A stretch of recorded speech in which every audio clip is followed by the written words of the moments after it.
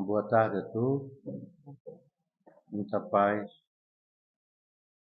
Estamos aqui mais uma vez na nossa casa com a nossa irmã palestrante, Léo, que vai falar sobre o tema Seguindo em Frente. Vamos, nesse momento, fazer a nossa festa inicial. Pai, infinita bondade, amado Mestre Jesus, amigos da espiritualidade. Derrama sobre nossa irmã, Senhor, estudo, paz, amor, equilíbrio. Ilumina para que ela tenha palavras simples, esclarecedoras, e ajude todos nós a ter a melhor compreensão dos ensinamentos da doutrina. Que a tua luz, o teu amor, nos fortaleça, hoje e sempre. Que assim seja. Uma palavra, Léo.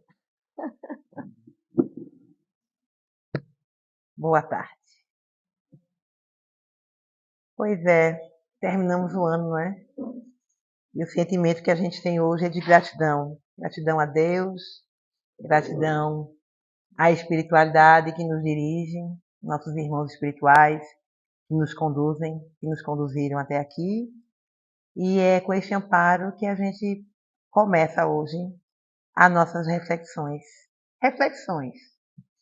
Fim de ano, não é? A gente sempre traz isso, o ano vai terminando.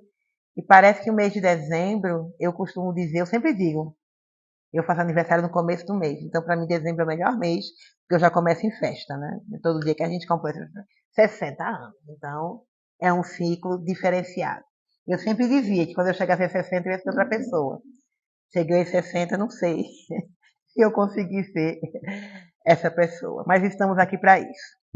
E aí, refletindo sobre essa questão de terminar o ano, aí eu fiquei pensando sobre o que poderíamos conversar para que a gente pudesse encerrar esse ciclo 2023, mais um ciclo desafiador, e fiquei pensando assim, na vida, nessa nossa única existência, enquanto Cleo, enquanto cada um de nós, não é?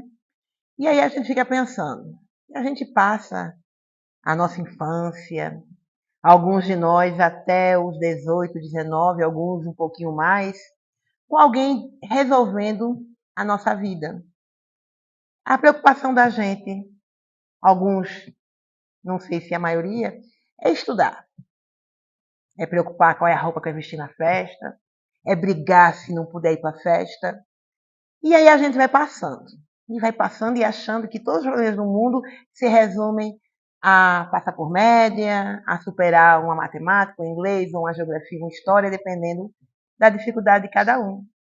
E aí a gente vai vivendo e vai vivendo. De repente, porque para mim foi de repente, não sei para vocês, a gente acorda um certo dia e a preocupação não é mais com as notas, nem com a escola, nem em agradar os pais, ou a mãe, ou o pai, a avó, o tio, ou aquele parente que a gente está ali sempre buscando agradar. E aí a gente olha no espelho e descobre que a gente se tornou adulto. E que eu não sei por que essa palavra vem com peso. E a gente faz uma retrospectiva e a gente vê que alguns jovens na nossa trajetória, que estavam conosco na nossa juventude, não chegaram à idade adulta. Alguma coisa aconteceu nas suas vidas e esse trajeto foi interrompido. Mas nós chegamos. Alguns de nós já estamos aí entrando na maturidade e refletindo sempre sobre como nós chegamos aqui. Como é que a gente conseguiu seguir? Será que existiu algum momento na nossa vida que a gente se sentiu paralisado? Um momento de dor, decepção, expectativa sobre o outro? expectativa sobre nós mesmos, que nos paralisou, que nos impediu de seguir, mas que, felizmente, porque é felizmente, com a graça de Deus e dos benfeitores, nós conseguimos seguir. E estamos aqui hoje, terminando mais um ano. Quando eu olho os últimos 12 meses, e a gente entrou no mês de janeiro, e em janeiro nem tanto, mas fevereiro foi sendo desafiador. Precisamos adequar algumas metas, algumas rotas que não foram planejadas e precisaram ser reajustadas. E não foi fácil, não é fácil reajustar. Especialmente porque agora a gente não tem mais. Tem o pai, a mãe, mas não é mais a mesma coisa. Nossos pais, nossas mães hoje, não nos dizem mais para onde é que nós vamos, porque a gente não está mais na sintonia de ouvir o que eles querem que a gente faça. A gente até ouve, porque nós aprendemos com eles e com o Evangelho e com as nossas encarnações anteriores, que o respeito, a consideração por aqueles que vieram antes de nós é que nos construíram e nos fizeram chegar até aqui.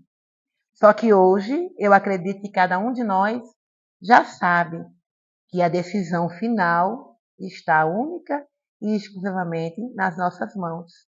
E quanto mais cedo a gente descobre, parece que menos tortuoso é esse caminho, porque nós paramos de transferir responsabilidades, o que também não é fácil. Acordar, olhar no espelho e dizer para nós mesmos que nós somos responsáveis por absolutamente tudo, de bom e de não bom, ou de ruim, dependendo das nossas crenças, daquilo que nos acontece. E aí, nós precisamos seguir.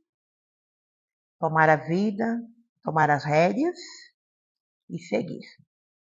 Não é minha pretensão aqui explicar nada, porque não sou especialista. E mesmo que eu fosse, não está na mão do outro decidir o que é que nós precisamos fazer com as nossas vidas. Então, mesmo os especialistas, psicólogos, terapeutas, psiquiatras e tantos outros, são instrumentos, são amparos, mas a escolha sempre é nossa. E escolher seguir em frente, caminhar para o que vem por aí, não é fácil. Porque a semana passada foi interessante, nós tivemos uma palestra semana passada com o nosso irmão Cristiano de Serra Talhada, e ele trouxe um tema assim, que a mão esquerda não saiba, que a mão direita não saiba o que faz a esquerda. E ele falou sobre dar, receber, retribuir. Ele falou sobre muitas coisas, mas o que ficou assim impregnado na minha mente foi isso. E aí, enquanto nós espíritas e simpatizantes, que cremos na reencarnação, ou que cremos que existe uma vida após a morte, que cremos que a morte não é o fim, mas é um estágio que nos leva a uma outra condição, fazemos retrospectivas. E aí ele trouxe assim, se nós temos 100 mil anos, a humanidade, nós enquanto humanidade estamos aqui há 100 mil anos, há quantos anos antes de Cristo nós vivemos no sistema dar, receber, retribuir? E há quantos anos nós fomos convidados a pensar que o sistema deveria só dar e receber? Dar o melhor que nós temos e receber o melhor que o outro, o melhor que a vida, o melhor que aquela situação nos oferece. E esse melhor, muito raramente, vai ser a perfeição. Porque, na maioria das vezes, é um momento de dificuldade, é um momento de dor, é um momento de desespero. É um momento de perda. É aquele momento em que a gente não está preparado para perder aquela pessoa que a gente ama, que está ali do nosso lado o tempo todo, e que por algum motivo, às vezes que não é nem a morte, é uma viagem, uma mudança, e a gente precisa se separar. E parece que essa distância quebra as nossas expectativas, quebra os nossos projetos, e a gente para ali, e agora? Como é que eu vou seguir? Como é que eu vou continuar sem ter aquele outro? E aí a gente se dá conta que a gente está aqui, todos nós, né? Nós enquanto humanidade, nós nos damos as mãos e nós nos ajudamos mutuamente, mas sempre com aquele foco que nós somos individualidades e que aqueles momentos fundamentais, realmente somos nós e Deus, ou eu e Deus. E por mais que o outro queira nos estender a mão, a escolha de seguir, de abraçar aquilo que nos é oferecido é nossa. E quando a gente faz essa escolha de forma consciente, ela é menos dolorosa, porque os percalços, os desafios, eles são grandes. Quando a gente faz de forma inconsciente, ela é mais dolorosa, porque nós ainda estamos transferindo responsabilidades ou esperando que o outro faça aquilo que nos foi designados pela espiritualidade para fazer. Então, seguir em frente, normalmente, é superar um momento doloroso. Raramente não é, porque a gente vai vivendo a vida e aqueles momentos alegres, que as coisas andam harmônicos, parece que passa tão rápido. E parece, quando a gente está passando por uma dor, que foi tão curto, e que aquele momento doloroso é infinito e que não vai passar, nunca. E aí o Evangelho, a gente falou esse semestre muito sobre fé. Acho que eu precisava muito refletir sobre fé, porque todas as vezes que eu pensei em algo, sempre resvalou na fé. E hoje eu estava pensando, né, eu disse, eu preciso trazer uma passagem do Evangelho, porque nós estamos falando do Evangelho, e não dá para falar. E aí eu peguei lá o Evangelho segundo o Espiritismo, que é o nosso fundamento, e pedi lá uma passagem, e veio lá no capítulo 19, a fé que transporta a montanha, uma instrução dos Espíritos, fé, mãe da esperança e da caridade. E nesse item, ele fala o seguinte, que para que a gente possa despertar para o que vem por aí, a gente precisa ter esperança. A esperança é que faz com que a gente se fortaleça na fé. Não ter esperança é desanimador. E aí, como eu gosto muito de pesquisar o que quer dizer cada expressão, eu fui lá entender o que é esperança. Então, a esperança, ela é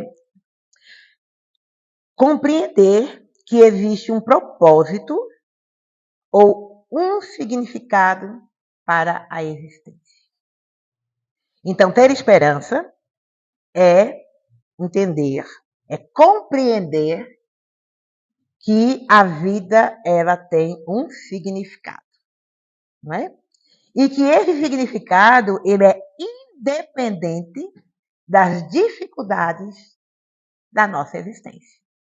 Então, ter esperança é acreditar que existe algo além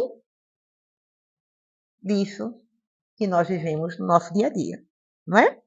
E aí, quando a gente joga essas palavras no Google, vem muitas coisas, não é? E veio uma referência que eu já tinha ouvido falar, mas que eu ainda não tinha pesquisado, que é sobre uma virtude teologal ou virtudes teologais, que é a forma como a Igreja Católica, né, a tradição católica, encara a esperança.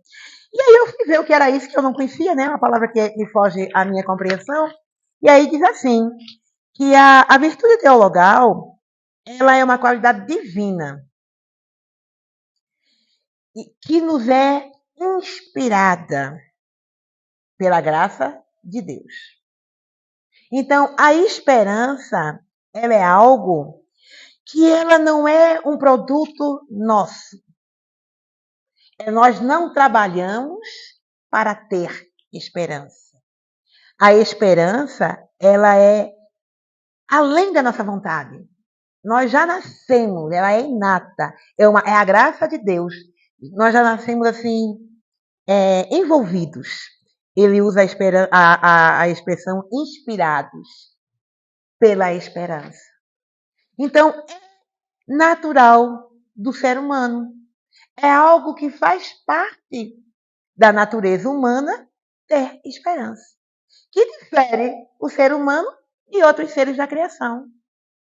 Porque os outros seres eles realmente respondem àquele ciclo. Nascem, crescem, reproduzem e morrem.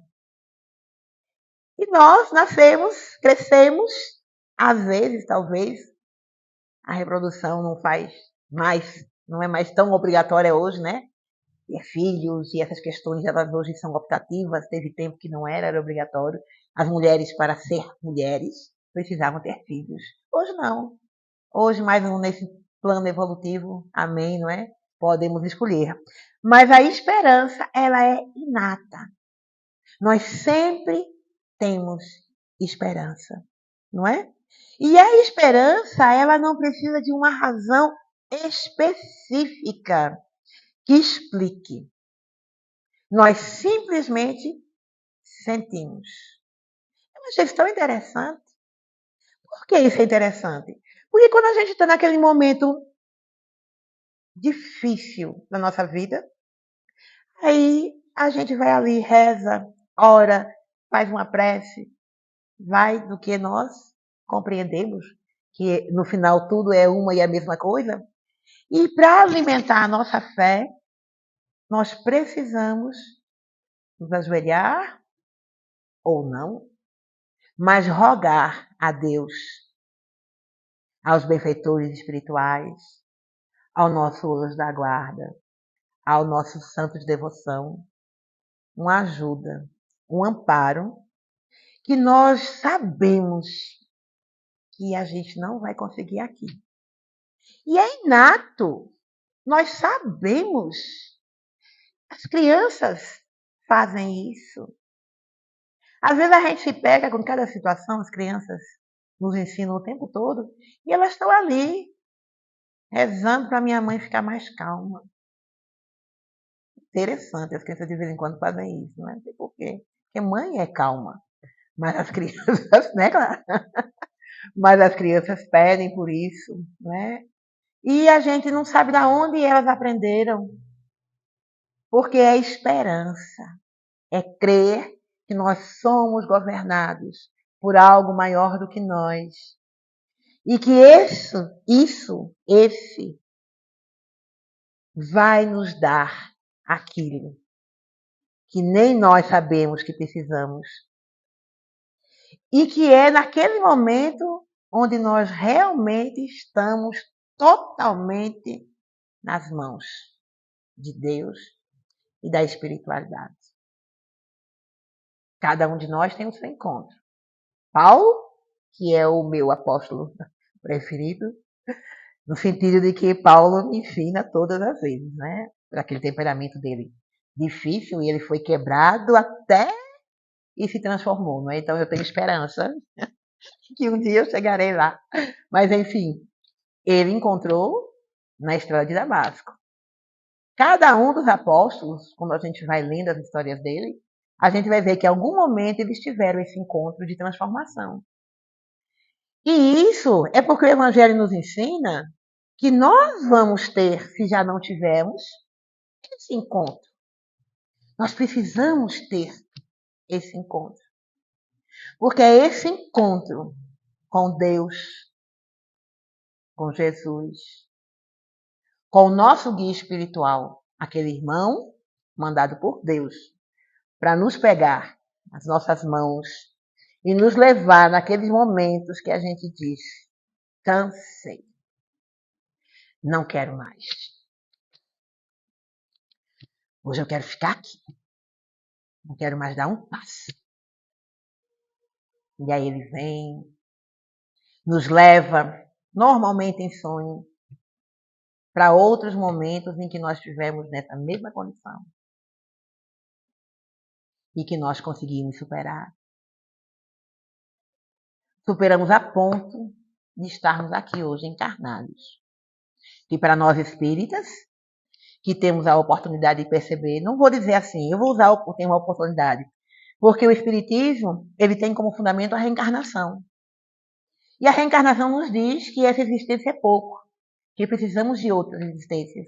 Então eu digo que é uma oportunidade para nós espíritas, porque para nós é um fundamento.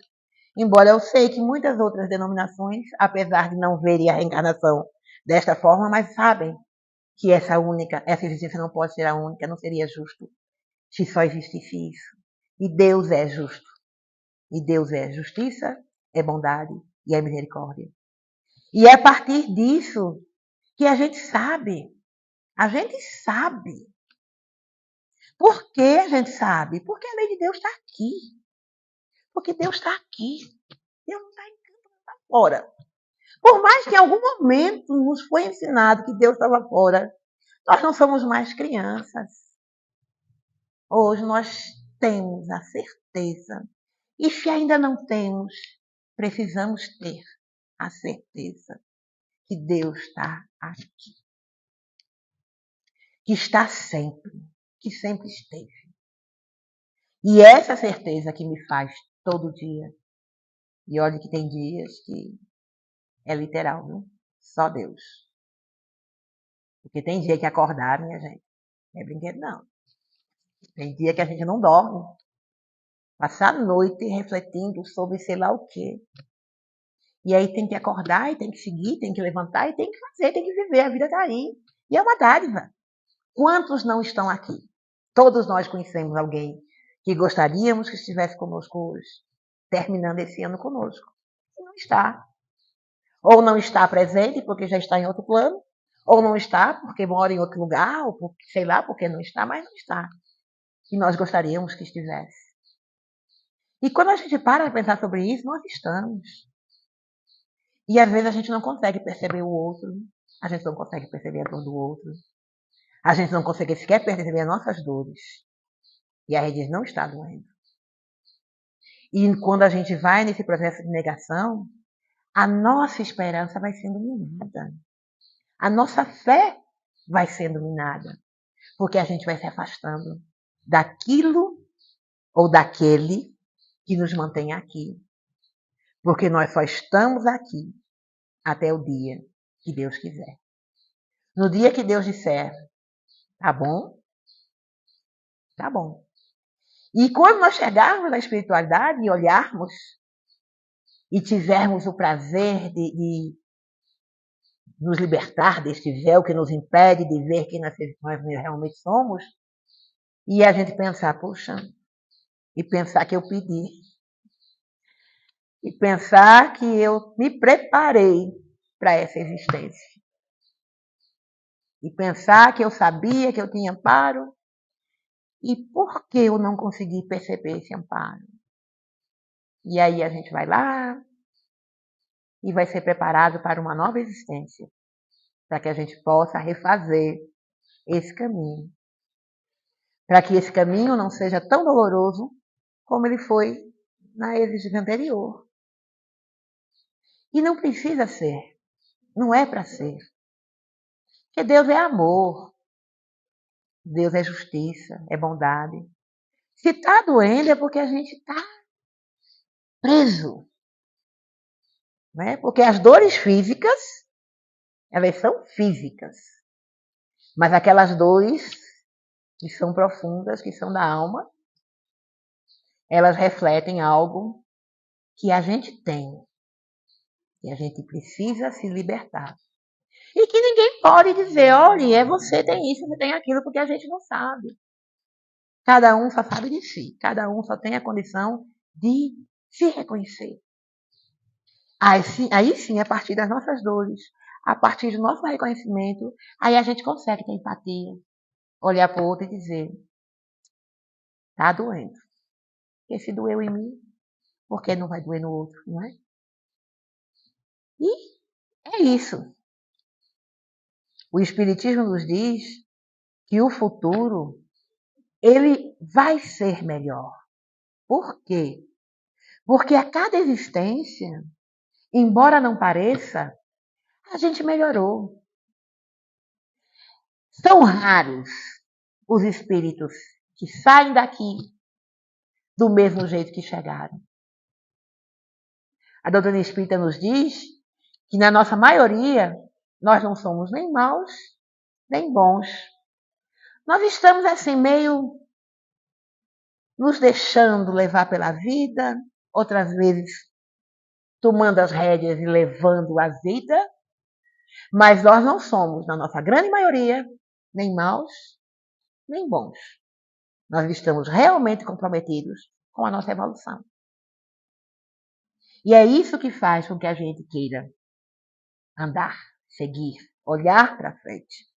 Na formação agora que eu estou fazendo de história, e uma coisa que me encantou, eu já falei aqui e vou repetir, que eu aprendi esse ano, que a gente não muda o passado. Eu sempre pensei que dava para mudar. Eu sempre achei que alguma coisa que eu fizesse hoje ia mudar aquilo que eu tinha feito no passado. Mas não vai. O passado, ele não pode ser mudado. Porque o passado, aquilo que aconteceu ontem, aconteceu. Salvo aquilo que foi no campo das ideias. Aquilo que a gente pensou nesse campo material não aconteceu, não. Aconteceu só no campo das ideias. Mas aquilo que eu fiz ontem, no campo material, aconteceu. E por mais que eu queira mudar, por mais que eu tenha me arrependido e querido que hoje fosse diferente, que aquilo não tivesse acontecido, aconteceu. E eu não posso mudar mais. O que eu posso fazer? Refletir sobre isso. Perceber o que aconteceu. Entender como que caminho eu tracei para chegar ali. Como foi que eu cheguei ali? Quais foram as minhas escolhas? E aí o presente me dá essa oportunidade. Por que o futuro é melhor? Porque a gente vai refletir. A esperança faz isso. Reflexão.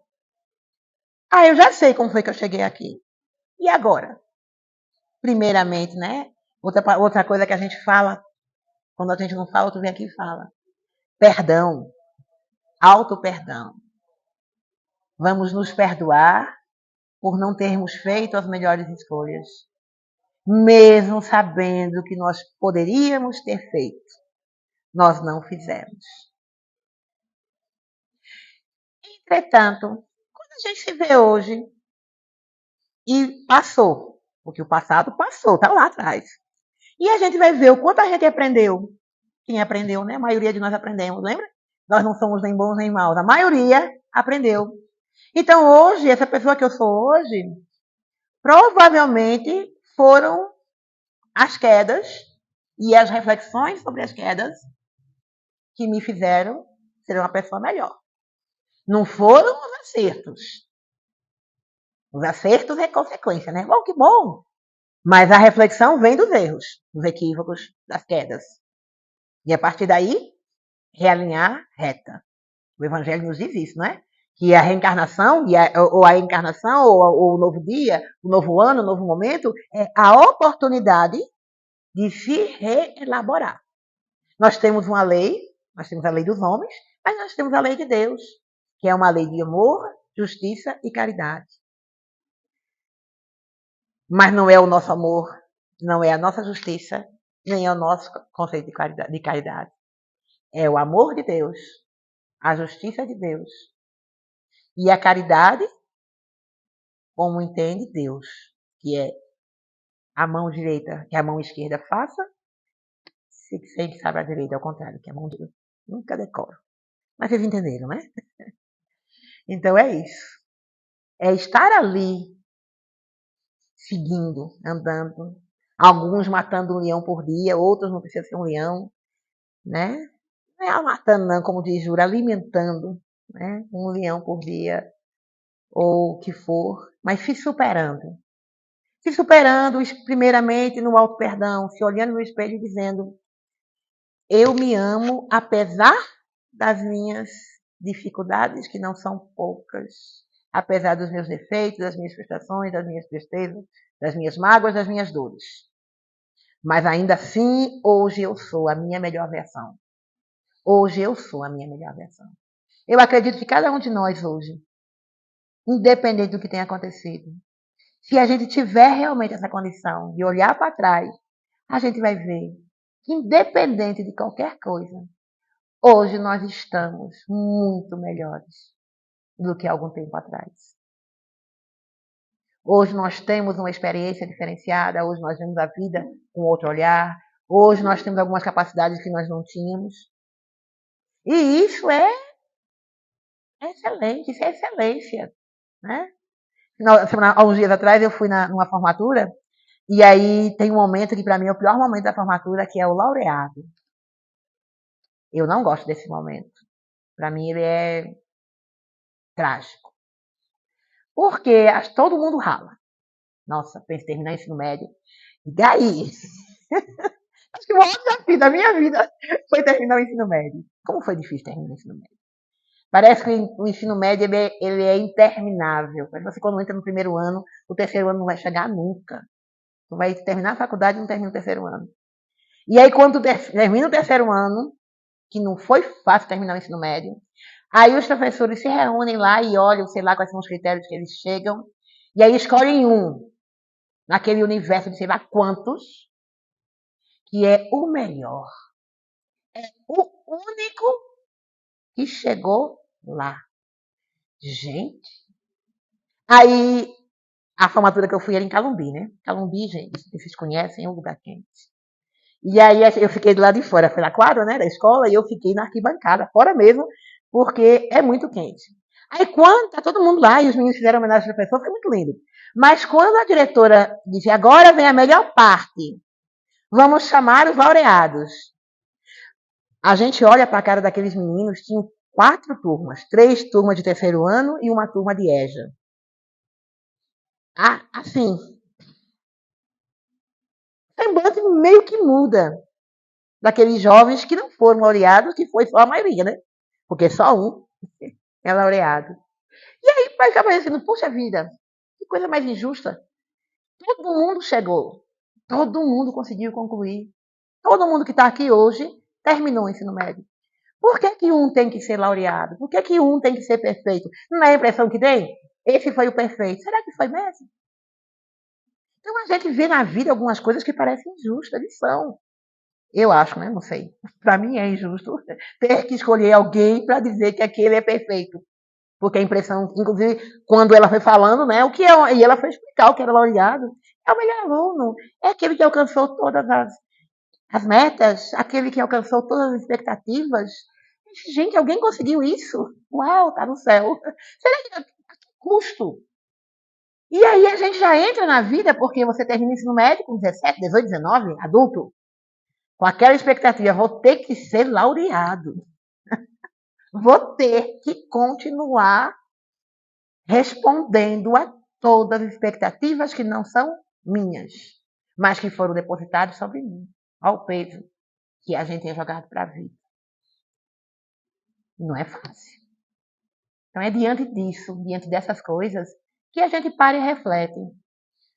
Mas a vida não é fácil, ela não é justa, porque nós somos humanos, somos imperfeitos, e nós levamos as nossas imperfeições aonde a gente vai. Quem estrutura as organizações é tão imperfeito quanto nós, que vai levar as suas imperfeições. Tem que ter critério, e aí vamos escolher do critério, não sei porquê, não é? Mas não é isso.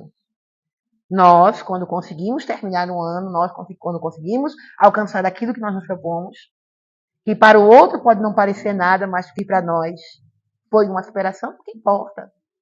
Nos libertar do que os outros esperam da gente e fazer aquilo que a gente acha que deve ser feito, que acha não, que não é achismo, é compreensão, que nós compreendemos, nós já entendemos. É aquilo que precisa ser feito. Vou fazer e faço. E faço o meu melhor. Fui laureada, me laureei. Consegui chegar melhor do que eu esperava. O ano terminou para mim muito melhor do que eu esperava, em todos os campos. Não é? Tinha dias que a gente chegava aqui, não foram poucos, e a gente olhava, teve um dia que estava só eu e a Almir aqui, palestrante fora. Ai, eu fiquei assim, poxa, meu Deus. Ah, mas aí, vamos. É besteira. A gente está aqui para fazer um trabalho. E a gente está fazendo. Cada um de nós que está aqui hoje, ou que não está aqui, ou que está onde estiver, nós temos cada um a sua missão.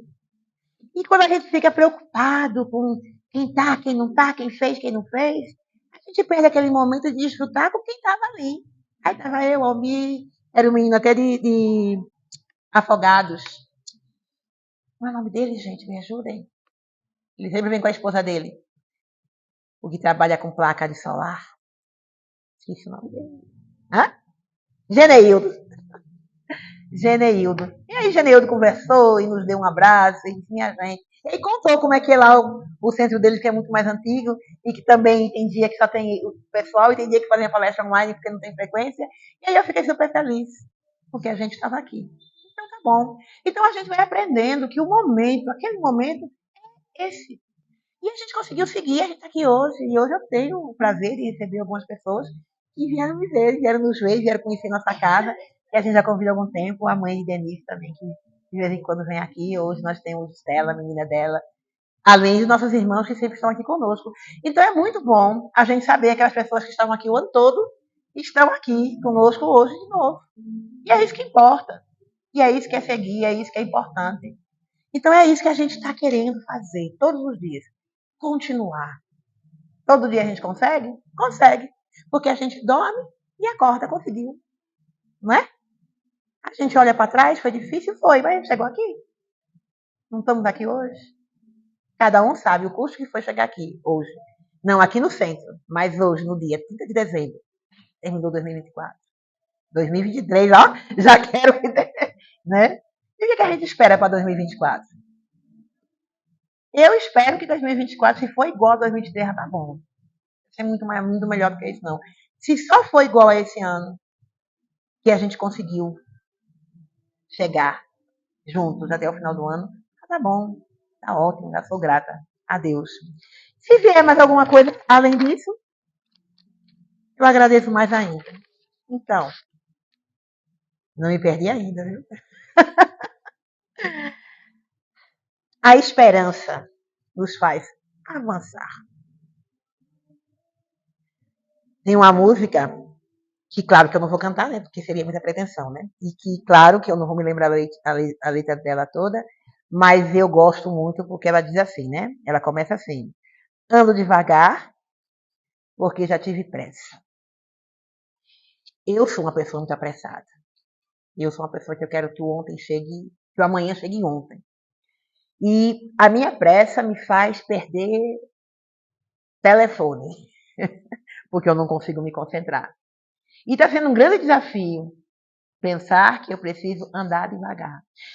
E a música vai indo, eu não lembro dela, né? Mas o título dela também não me lembro. Eu sei que é o Miss Hatter, mas eu sei que vocês conhecem. Depois pensem nela.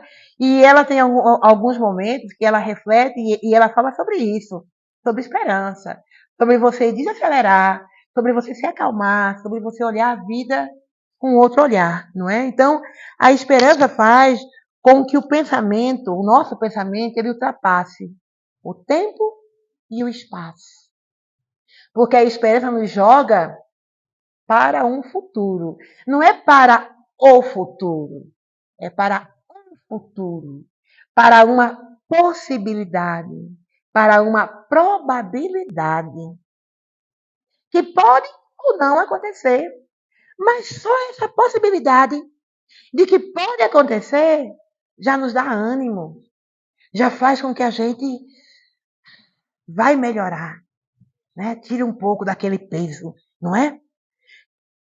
Alivia nossas dores, justifica os sacrifícios, não é? Nos traz uma paz e uma tranquilidade. É esse o papel.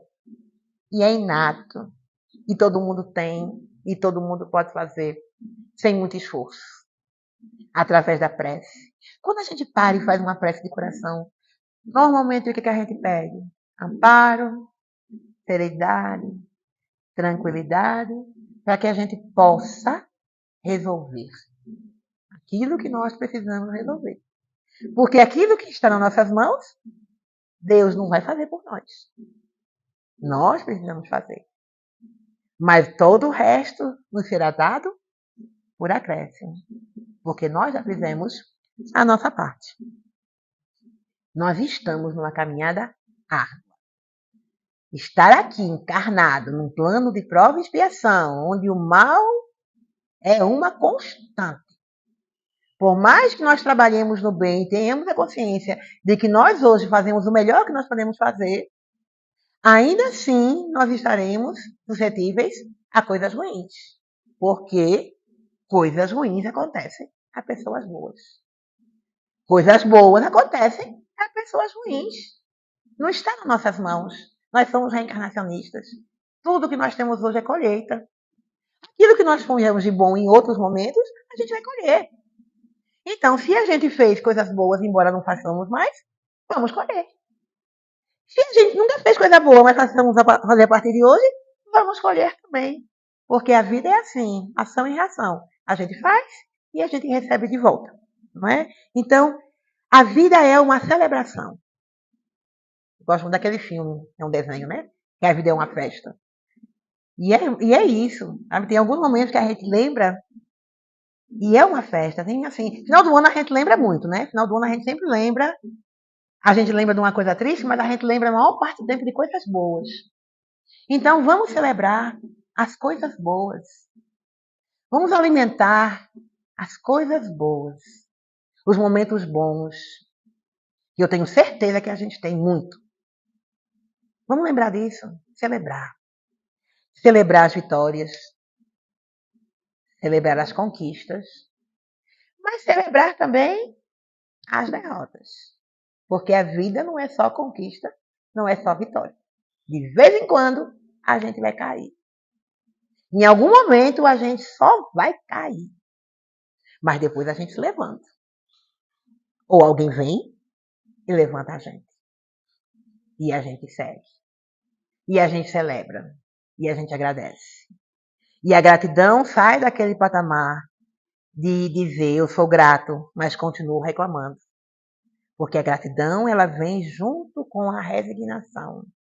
A compreensão de que as coisas elas são assim temporariamente, até o momento em que eu esteja preparada para fazer melhor. Ou seja, eu faço o melhor que eu posso hoje, com as condições que eu tenho hoje, até que eu tenha melhores condições de fazer melhor ainda. Isso é Cortella, e eu tenho lá colado em vários lugares, porque eu preciso me lembrar disso o tempo todo. Que hoje eu faço o melhor que eu posso, com as condições que eu tenho hoje. Ontem eu fiz o melhor que eu podia, com as condições que eu tinha ontem. E amanhã, com certeza, eu terei melhores condições. E aí eu farei melhor ainda. Nós faremos melhor ainda. Que a gente possa estar aqui. Mais sábados, mais dias, mais momentos, presenciais ou não. Compartilhando, acolhendo e sendo acolhido. Dando e recebendo. Porque amor, né? A fé, ela é mãe da esperança e da caridade.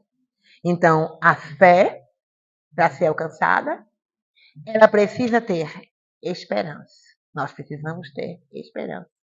E a caridade é a única coisa que nos une de verdade. Porque a caridade, esse doar-se, ele é independente de qualquer coisa, ele é de religião, de crença, de raça, de condição social, de tudo. É simplesmente a vontade de fazer, de ir lá e fazer pelo outro, ou ficar aqui e fazer por mim mesmo, como o auto-perdão. E a partir daí, a gente se alimenta da fé e desse amor de Deus, que é perfeito, que não é como o nosso, que é cheio de condicionalidades. É um amor incondicional. É um amor que nos ama, apesar das nossas imperfeições. Porque a gente fica assim, né? Eu vou amar mesmo. Fulano faz tanta coisa errada. Me machuca tanto, é pra amar mesmo. É. Mas eu ainda não consigo. Mas Deus ama. Incondicionalmente, sempre. Independente do que nós tenhamos fazendo. Tenhamos feito ou estaríamos fazendo. Independente. E é isso, não é? Então, seguir em frente é pensar com esperança. É acreditar. Acreditar é realmente um movimento. É mover-se em direção daquela oportunidade de ser melhor do que somos hoje. Acreditar é aceitar as imperfeições hoje. É aceitar que a vida é, sim, imperfeita. Que as pessoas são, sim, imperfeitas. Que a gente vai, sim, se magoar. Mas que isso não nos define. Que essas situações não dizem quem nós somos. Nós somos espíritos imortais. Que vivemos um momento que em algum momento, em alguns instantes, parece que não é um instante, mas que diante a eternidade é. Que essas dores que parecem que são intermináveis, em algum momento elas vão cessar. E que a gente precisa continuar. Não por ninguém, mas por nós mesmos. Porque a gente se comprometeu. E a gente se comprometeu com a gente mesmo. Em algum momento na nossa existência no mundo espiritual, nós nos olhamos e dissemos: eu sou capaz. Eu vou lá e vou fazer o melhor que eu posso. Então esse compromisso não é com o outro, é conosco mesmo. É para que a gente possa ter a certeza de que quando a gente voltar e que a gente se deparar novamente conosco mesmo, com a nossa essência, nós espíritos, não haja arrependimento. Não haja aquele momento que a gente se puxando. Vou ter que voltar lá e fazer de novo, porque eu sabia o que era para ter feito e eu não fiz. Eu sabia o que era para ter feito e eu não fiz. Eu sou muito grata mesmo, por hoje estar aqui, por estar aqui em triunfo, por estar aqui nessa casa, que me abriu portas que eu nunca imaginei na minha vida que eu pudesse chegar. Estou grata a cada um de vocês, Almi, Paula, Milinha, Marla, Jamile, que estão conosco, Denise, que, nossa senhora, tem sido fora de série. E vocês, e Gina, que me dá bom dia todos os dias, Estela, pessoas que moram no meu coração, Clarice, né, Paloma, Neidinha, fazia só um ano que eu não falava com ela, um ano, e que sempre que me vê, me agracia com um abraço, como se a gente tivesse falado ontem, e é isso, e eu sou muito grata. E eu tenho certeza, minha gente, que cada um de nós tem muitos motivos para ser grato. Que sejamos gratos. Porque eu sei, sem sombra de dúvida, que nós não estamos aqui por acaso. E que nós estamos aqui com a missão. E a nossa missão é única e exclusivamente estar aqui e fazer o melhor que a gente possa fazer. Que façamos.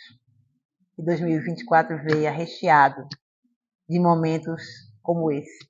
Que a gente possa estar aqui, que a gente possa estar em qualquer lugar, mas sempre fazendo o melhor que a gente pode fazer. Que Jesus nos abençoe. Muita paz.